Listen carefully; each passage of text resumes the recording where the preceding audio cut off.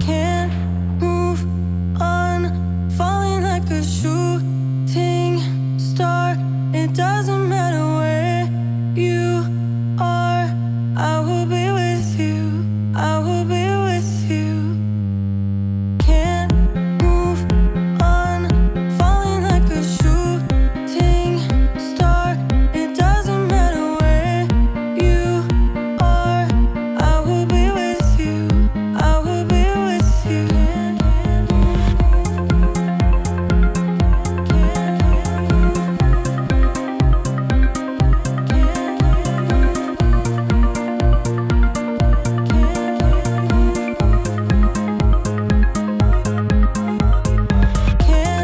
move on, falling like a shooting star.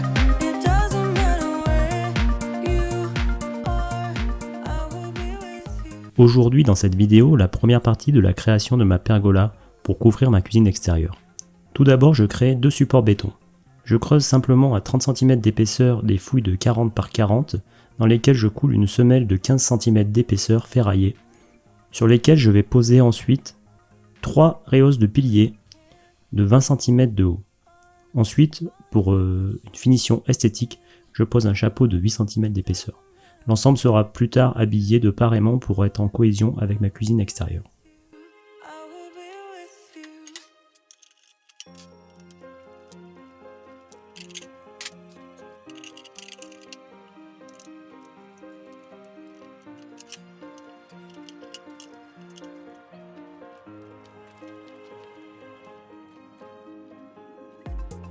Je passe ensuite à la structure bois. J'ai pris du bois Douglas, les piliers font 20 par 20 et je vais travailler les piliers afin de pouvoir réaliser un assemblage de 3 axes, comme j'avais réalisé préalablement dans mon petit meuble pour ma Rabodego. Je dois procéder en plusieurs étapes étant limité par la hauteur de coupe de ma scie circulaire TS55 qui est limitée à 55 mm de coupe. Je finis ensuite avec une scie à main.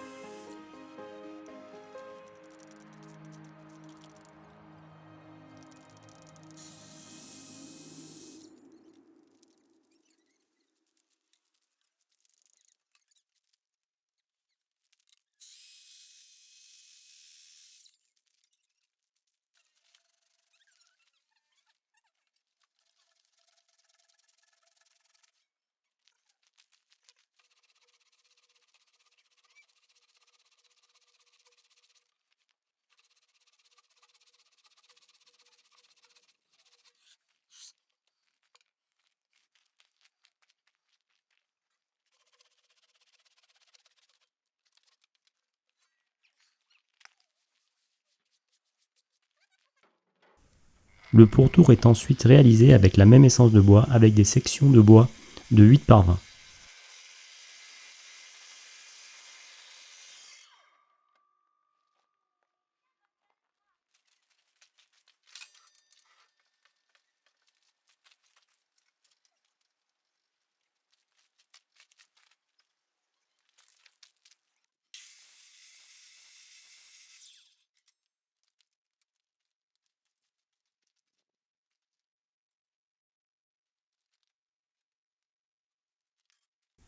Les chevrons à l'intérieur qui vont supporter la toiture USB sont eux en section 6 par 12.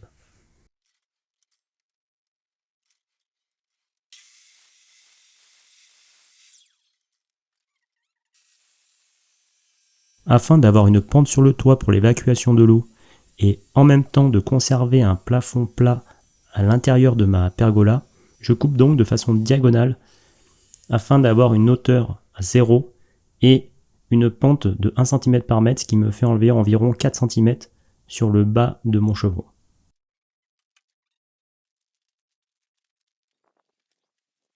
Pour l'aspect esthétique, l'ensemble est recouvert d'un saturateur bois, couleur gris anthracite.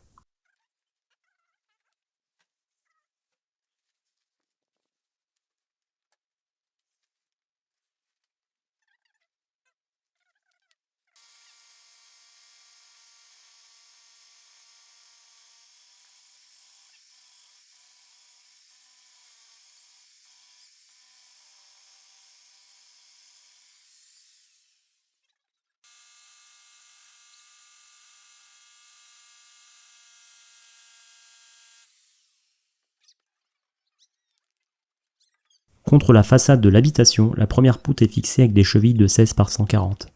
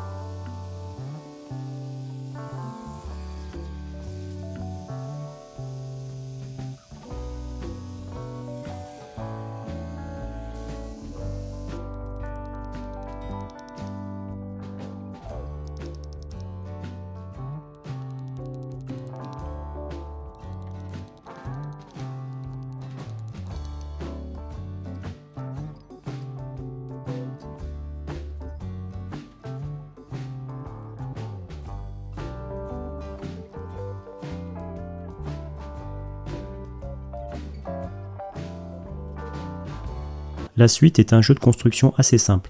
Il faut bien sûr être aidé par plusieurs personnes vu le poids des poutres, mais il suffit juste de respecter des éléments simples, c'est-à-dire de mettre l'ensemble de niveaux et d'aplomb. Ensuite, je fixe avec des serre-joints et après je mets des vis Starblock de 8 par 180 pour lier l'ensemble.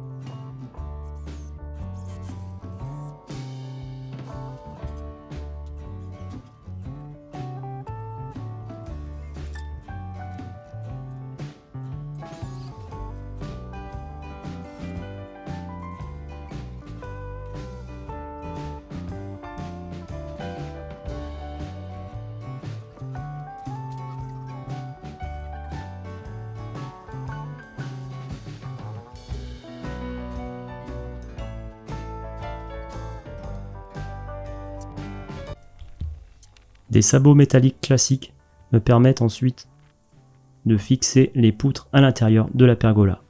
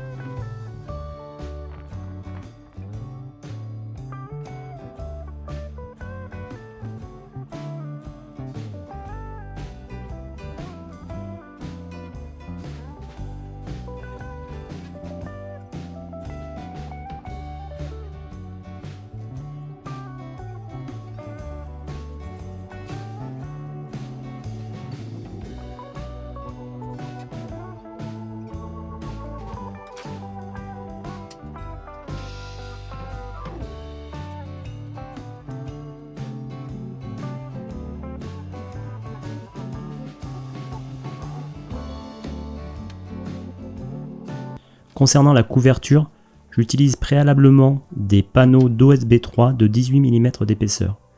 Là c'est un peu la douche froide parce que c'est vrai que avec l'envol des prix des matériaux, le prix de l'OSB a généralement été multiplié par 3. Donc un produit qui était que pas grand monde voulait en fait, qui servait exclusivement à la construction de maisons ossature bois, le prix est devenu dingue. Donc moi par exemple pour le toit ça m'a coûté 300 € pour un toit de 16 mètres carrés. Je fixe ensuite avec des vis classiques, j'ai mis des vis inox. Dans une prochaine vidéo je vous montrerai l'étanchéité du toit faite par un professionnel.